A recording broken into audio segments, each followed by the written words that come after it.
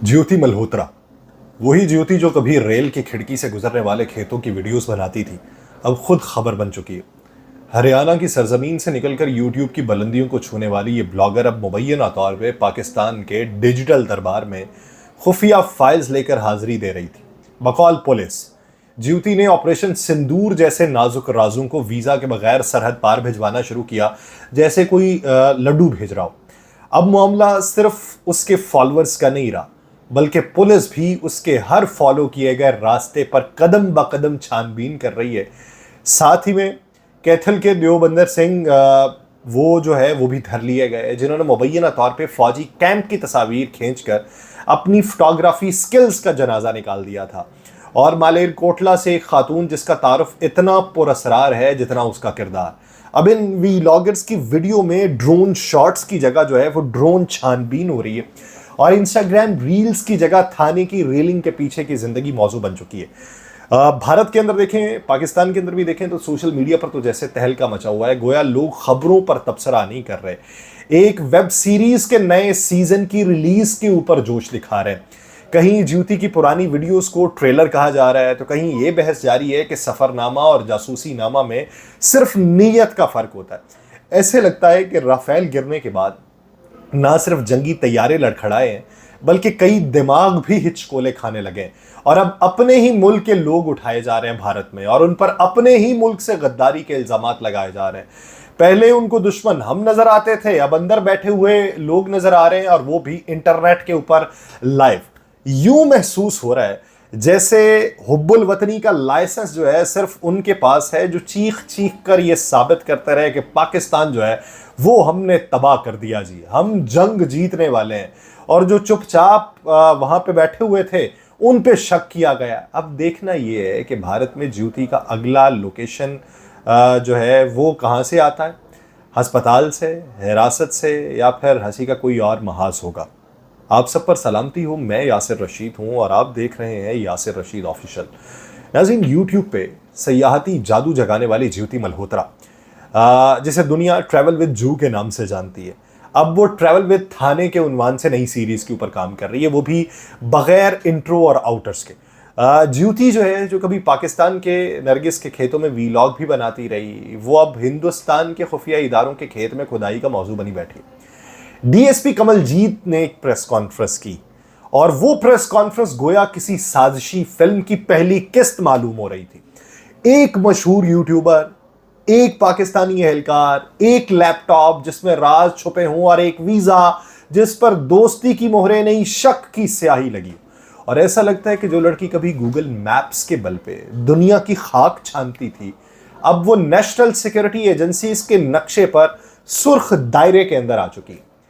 SP सावन, उनके बकौल जो भारत के अंदर प्रेस कॉन्फ्रेंस करते हैं, उनके बकौल ज्योति मल्होत्रा सिर्फ पाकिस्तान के इंटेलिजेंस नेटवर्क से राब्ते में नहीं थी, बल्कि पाकिस्तान के इंटेलिजेंस नेटवर्क के लिए एसेट यानी दाखिली आंख थी, दाखिली कान था और बाज के मुताबिक दाखिली कनेक्शन के तौर पे वो तैयार की जा रही थी। शायद पाकिस्तान की इस खुफिया पॉलिसी का नाम ही ऑपरेशन ब्लॉगर बैकअप हो, जहां हर यूट्यूबर मुमकिना जासूस हो, हर कमेंट सेक्शन मुमकिना इनबॉक्स हो।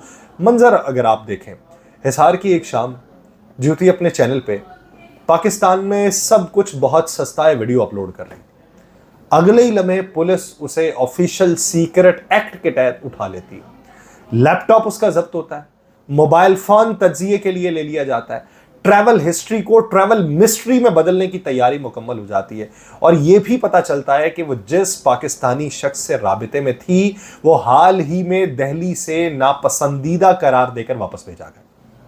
गोया अब सिफारतकार, सहाफ़ी, वीलॉगर सब एक ही कतार में खड़े किए जा रहे थे, बस बैग में कैमरा हो या दस्तावेज। शक की जो छड़ी है वो सबके ऊपर रखी जाएगी और फिर छुरी सबके ऊपर चल जाएगी। सवाल ये नहीं रहा कि ज्योति ने कहां कहां सफर किया, सवाल अब वहां पे ये है कि ज्योति कितनी दूर चली गई।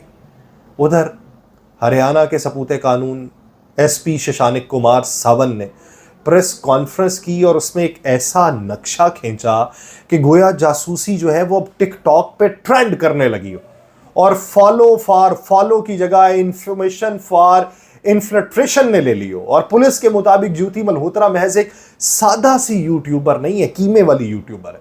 मुबैना तौर पे वो एक ऐसे सोशल मीडिया जासूसी नेटवर्क की खामोश एंकर थी जहां वी लॉग को वार लॉग समझा जा रहा था।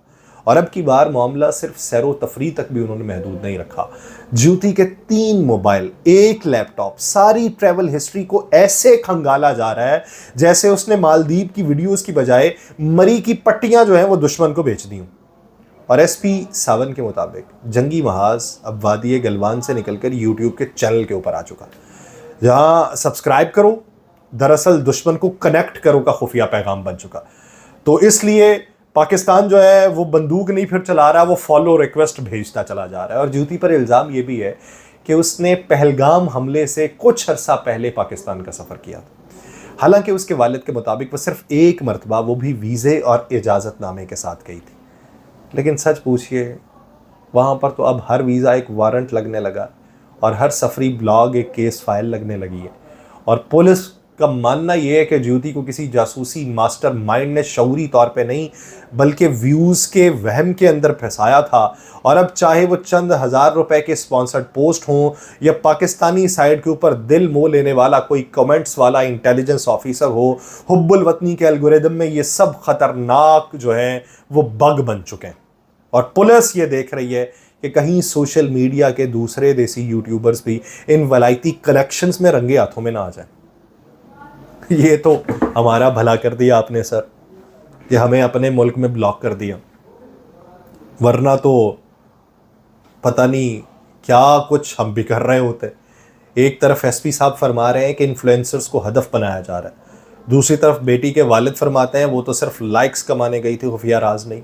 गोया मामला ऐसा है जैसे किसी ने नादानिस्ता तौर पे जासूसी की सेल्फी ले ली और फ्रेम में मुल्क भी आ गया हो, दुश्मन भी, और अपना कैमरा भी जब्त कर लिया।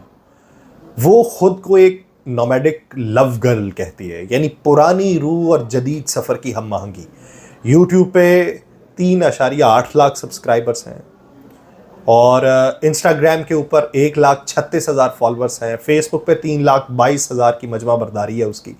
ज्योति मल्होत्रा बज़ाहिर एक सेल्फी लेते हुए कभी ट्रेन की खिड़की से बाहर झांकते हुए, कभी वाघा बॉर्डर पर दिल थामे खड़ी है। मगर किसी ने ये सोचा होगा कि उन्हीं शॉट्स के दरमियान वो जो है ऐसे पकड़ी जाएगी कि उसके ऊपर इल्ज़ाम लगेगा। उसकी video Indian girl in Pakistan को देखने वाले शायद वतन दोस्ती या अमन की उम्मीद के तौर पे देखते थे, लेकिन उधर की आंखों ने इस वीडियो को दुश्मन के बयानिए की, यानी पाकिस्तान के बयानिए की कड़ी के तौर पे देखा। जब लाखों व्यूज़ हों तो फिर कौन सी सरहद बड़ी लगती है। वो कहते हैं जी कि जब दुश्मन आपकी रीच में दिलचस्पी ले तो इन्फ्लुएंसर और इंफॉर्मेशन में फासला जो है वो मिटने लगता है। अब आपके ये जो सादा से कैप्शन थे, एक्सप्लोरिंग द एक्सपोजिंग, और या फिर exploring beauty of Lahore, exposing the duty of a mole, तो ये अब वो उस तरीके से वो पढ़ रहे हैं। लेकिन कहानी यहीं ख़त्म नहीं होती। हरियाणा के ही मस्तगढ़ गांव का 25 साला देवेंद्र सिंह, जो बज़ाहिर मजहबी ज़ियारत के लिए करतारपुर आया था, उनके मुताबिक असल में मालूमात की बैत करके वो वापस गया और पुलिस की स्पेशल डिटेक्टिव यूनिट के मुताबिक उसने ऑपरेशन सिंदूर और पटियाला आर्मी कंटोनमेंट की तस्वीर पाकिस्तानी एजेंट्स को भेज दी। पुलिस अब ये देख रही है कि वो ज़ियारत थी या ज़ीरो लाइन इंटेलिजेंस की नई भर्ती थी। कहीं वीलॉग है, कहीं ट्रैवल ब्लॉग है, कहीं वंदे भारत के सफ़रनामे हैं, कहीं ज़ियारत हो रही है, लेकिन उन्हें लगता है ज़ियारत की आड़ में राज अफशा कर रहे थे। तो यानी क्या अब जो है हमारी ISI वो मीडिया एजेंसीज़ की तरफ एक नया डिजिटल कनेक्ट क्रिएटर नेटवर्क बना रही है भारत के अंदर। उठाओ भाई, हमारी तरफ से 600 उठा लो, नाम लगा दो हमारा। एसपी सावन ये कहते हैं ये महज रवायती जासूसी का नया चेहरा है। अब ना खुफिया कैमरा दरकार है, ना खुफिया एजेंट, बस एक स्मार्टफोन है, चंद लाइक्स हैं। कभी सोशल मीडिया पर गैर कानूनी हथियारों की तस्वीर डालने वाला देवेंद्र सिंह जो है, जब फेसबुक पे वो गिरफ्तार हुआ तो सबने सोचा कि शायद ये महज सोशल मीडिया की खिलाफ वर्जी है, मगर जब तफ्तीश हुई तो डिजिटल परतें उन्होंने खोली तो फेसबुक से निकल के मामला जो है वो फौजी राजों तक पहुंच गया। करतारपुर के रास्ते पाकिस्तान जाके कहा जा रहा है कि इसने वहाँ वो कनेक्शंस बनाए हैं वो सिर्फ मजहबी या दोस्ताना नहीं थे, वो खुफिया और ख़तरनाक थे। और इसी दौरान ज्योति मल्होत्रा, जो लाखों सब्सक्राइबर्स की ऑनलाइन रानी थी, वो एक ऐसा चेहरा बनी जिसकी मासूम वीडियोस में छुपे हुए जाविये जो थे वो हमारे लिए कीमती हो गए जी।